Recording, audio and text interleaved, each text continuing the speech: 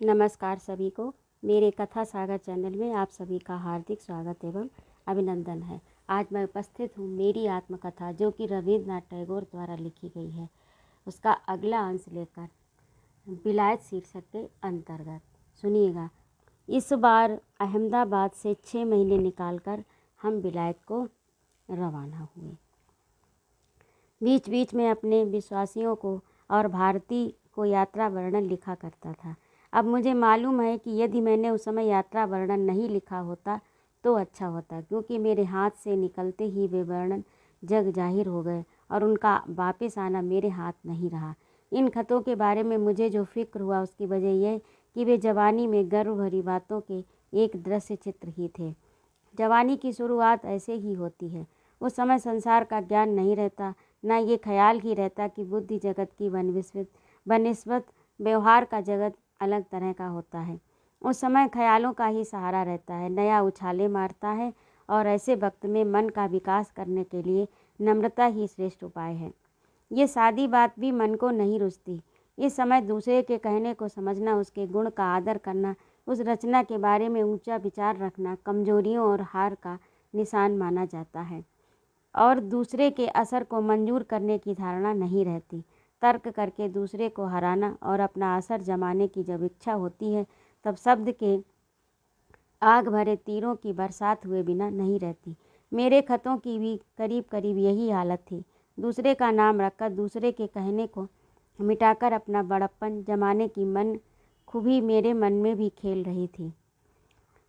यदि सीधेपन और दूसरे की मोहब्बत का ख्याल करके मैंने अपने विचार सही बताने का उन खतों में यत्न किया होता तो आज उन्हें देखकर मुझे एक तरह का सुख होता और हंसी आए बिना नहीं रहती। लेकिन बात इसके बिल्कुल खिलाफ थी। इसलिए अब मुझे यह मालूम होता है कि मैंने किसी गलत मुहूर्त में उन खतों को लिखना शुरू किया था। उस समय मेरी उम्र 17 साल की थी। दुनिया का मुझे कुछ भी ज्ञान न था, क्योंकि इस समय तक बाहरी संसार से मेरा कभी कोई वास्ता न था। संसार के व्यवहारों से मैं एकदम अनजान था। ऐसी अनजान और व्यवहार रहित दशा में विलायत सरीखे देश को, जहाँ की दशा और समाज अपने देश की दशा और समाज से अलग है, मैं जा रहा था। वह ठहरा विलायत। वहाँ का समाज एक महासागर, जबकि एक सादे और उथले बहाव में भी 4 हाथ नहीं मार सकता, तो फिर उस महासागर की क्या बात। वहाँ मैं कैसे तैर सकता था, इसी बात का डर मुझे रह रह कर लगता था। परंतु ब्राम्पटन में मेरी भौजाई अपने बाल बच्चों के साथ रहती थी। पहले पहले हम वहीं गए और उसके आधार से मैं पहले झंझट से तो पार हो गया। उस वक्त ठंड का मौसम नज़दीक आ पहुंचा। एक दिन शाम को बैठे हम गप्पे मार रहे थे कि लड़के बर्फ़ गिर रहा है, ये कहते हुए हमारे पास दौड़ कर आए। यह सुनकर मैं चकित हो गया और देखने के लिए बाहर आया। बाहर की ओर कड़ाके की सर्दी पड़ रही थी और वह शरीर को भेदे डालती थी। सफ़ेद झक उजाले से आसमान भरा हुआ था और सारा संसार बर्फमय हो जाने के कारण ऐसा मालूम होता था मानो उसने सफ़ेद कवच पहन लिया हो। इमारतें, बगीचे, पेड़, लताएं, पत्ते वगैरह कुछ न दिखकर जहाँ तहाँ सफ़ेदी ही सफ़ेदी दिखलाई पड़ती थी। संसार का ये दृश्य मेरे लिए अनजान था। भारत में जो संसारी सुंदरता मेरी नज़र में आई थी वह इससे अलग थी।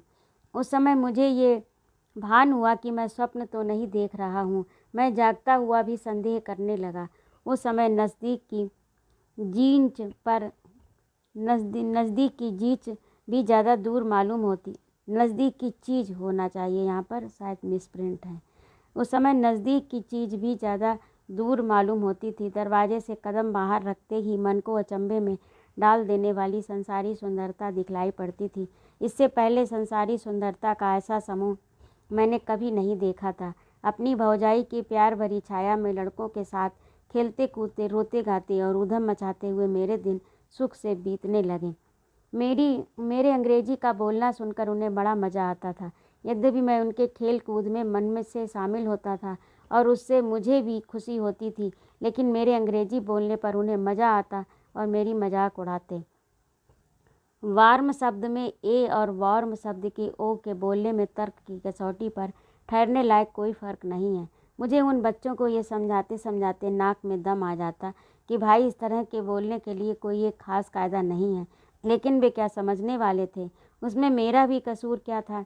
अंग्रेजी के शब्दों की रचना ही जब कमियों वाली है, इसकी ना तो कोई रीत है ना कोई कायदा ही है, लेकिन ऐसी कमियों वाली रीत की मजाक न होकर मजाक की मार मुझे सहनी पड़ती थी। इसे मैं अपनी बदकिस्मती के सिवाय और क्या कह सकता हूँ। इस अरसे में बच्चों को किसी न किसी बात में लगाकर रखना तथा उनका जी बहलाने के लिए तरह तरह के रास्ते खोज लेने में मैं चतुर हो गया। इसके बाद कई बार मुझे इस खुद की बनाई कला की ज़रूरत पड़ी और आज भी ज़्यादा ज़रूरत मालूम होती है, लेकिन उस समय जिस तरह अगणित नई नई तरकीबें सूझा करती थी, वह बात अब नहीं रही। बच्चों के आगे अपने मन को खोल रखने का यह मुझे पहला ही मौका मिला था और इस मौके का मैंने भरपूर इस्तेमाल किया था। हिंदुस्तान में मिलने वाले घरेलू सुख के बजाय समुद्र पार के घरेलू सुख को पाने के लिए मैं तो विलायत भेजा ही नहीं गया था और न 4 दिन हंसी मजाक में बिताकर लौट आने के लिए भेजा गया था। वहाँ भेजने का तो मुद्दा ये था कि मैं कानून का अभ्यास करूं और बैरिस्टर बनकर लौटूं। अतः मेरे पढ़ने की बारी आई और वायरन शहर के एक स्कूल में दाखिला किया गया। पहले ही दिन वहाँ की रीत के अनुसार मुझे पहले हेड मास्टर साहब के पास जाना पड़ा। 1-2 सवालों के बाद मेरे चेहरे को गौर से देखते हुए वे बोले कि तेरा ललाट कितना सुंदर है। 5 शब्दों का ये एक ही वाक्य था, लेकिन ये वाक्य और ये प्रसंग मुझे इस तरह याद है मानो आज कल की ही बात है, क्योंकि घर में रहते समय मेरी भौजाई हमेशा मेरे झूठे गर्व को रोकने की कोशिश किया करती थी। वह मेरे गर्व को कभी सिर न उठाने देती थी। वह काम अपने आप ही अपने ऊपर ले लिया था। वह कहा करती थी कि तुम्हारे सिर के हिस्से और गाली को देखते हुए वह कहा करती थी कि तुम्हारे सिर के हिस्से और गाली को देखते हुए ये मालूम होता है कि दूसरों के बजाय तुम्हारी बुद्धि बीच की श्रेणी की है। उसने अपना ये विचार मेरे दिल में अच्छी तरह जमा दिया था और मैं भौजाई के इस कहने पर आंख बंद भरोसा भी करता था। मुझे बनाते वक्त विधाता ने जो कंजूसी की थी उस पर मन ही मन दुखी हुआ करता था। मैं दूसरों के कहने को चुपचाप मान लेता हूँ। आशा है मेरी इस सज्जनता की आप लोग कद्र करेंगे। मेरी भौजाई के द्वारा मेरे गुणों की जितनी सराहना होती उसके बजाय ज़्यादा सराहना विलायत में कई बार मेरे जानकार लोगों के द्वारा हुई है। दोनों देशों के लोगों के गुण बखानने में ये फ़र्क देखकर मेरे दिल को बार बार दुख होता था। इस स्कूल में भी मैं ज़्यादा नहीं रहा, लेकिन यह स्कूल का दोष नहीं है। बात यह थी कि उस समय श्री तारक पालित विलायत में ही थे। उन्हें ये भास हुआ कि इस तरीके से मेरे कानून पढ़ने का काम पूरा नहीं होगा, अतः उन्होंने मेरे भाई को उसके लिए तैयार किया। मैं लंदन भेजा जाऊं और वहां किसी के घर पर जाकर पढूं। अतः मैं लंदन भेजा गया। लंदन में रहने की व्यवस्था तारक बाबू ने की थी। जिस परिवार में व्यवस्था की गई वह रिजेंट बाग के सामने रहा करता था। जब मैं लंदन गया तब खूब सर्दी पड़ रही थी। ऊंचे ऊंचे पेड़ों पर सर्दी के जोर के मारे एक भी पत्ता नहीं रहा था और उनकी टहनियाँ बर्फ़ से ढकी थी। चारों ओर बर्फ़ ही बर्फ़ दिखलाई पड़ती थी। पहल जाने वाले के लिए लंदन की सर्दी बड़ी दुखदाई होती है। सर्दी में इतनी दुखी जगह शायद ही कोई दूसरी होगी। अड़ोस पड़ोस में मेरे किसी से भी जान पहचान न थी और किसी से पहचान भी करूं भी कैसे। अतः बाहरी दुनिया को एकटक नज़र से देखते हुए खिड़की में अकेले बैठे रहने के दिन मेरी ज़िंदगी में फिर आ गए थे। इस समय संसारी सुंदरता मन को नहीं लुभाती थी। संसारी देवता नाराज हो रहे थे और ऐसा मालूम होता था कि मानो उसके ललाट पर गुस्से के निशान के रूप में सलें पड़ी हुई हैं। आकाश धूसर हो गया था। मरे हुए इंसान की तेज रहित आंखों की तरह प्रकाश फीका पड़ गया था।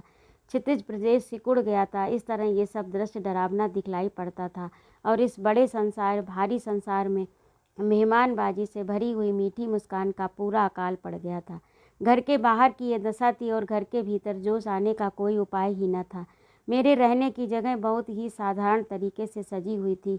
दीवान खाने को सजाने लायक कोई चीज़ वहाँ न थी। हाँ, कहने के लिए एक बाजे की पेटी जरूर थी। दिन ढलते ही मैं पेटी लेकर बैठ जाता और चाहे जिस तरह उसे बजाता था।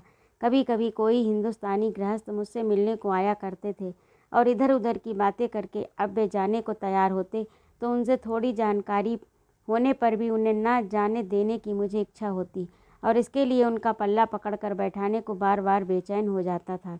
यहाँ मुझे लैटिन सीखने के लिए एक मास्टर जी रखे गए थे। इनका शरीर बहुत दुबला था, कपड़े पुराने पहनते थे, सर्दी का कड़ाका सहने के लिए पत्ते रहित पेड़ों की बनिस्बत उनमें ज़्यादा ताकत नहीं थी। उनकी ये उम्र यद्यपि मुझे मालूम नहीं है, पर जितनी थी उससे अधिक लगती थी। पढ़ाते पढ़ाते बीच में ही एक आध शब्द अड़ जाता था, इसलिए वे सूने से होकर शर्मिंदा हो जाते थे। उनके घर के आदमी उन्हें अक्सर सनकी समझा करते थे। उन्होंने एक बात की खोज की थी और उसी के फिक्र में रात दिन लगे रहते थे। उनको ये पक्का भरोसा था कि हर एक युग के इंसानी समाज में कोई एक ही ख्याल खास रूप में उभरता है।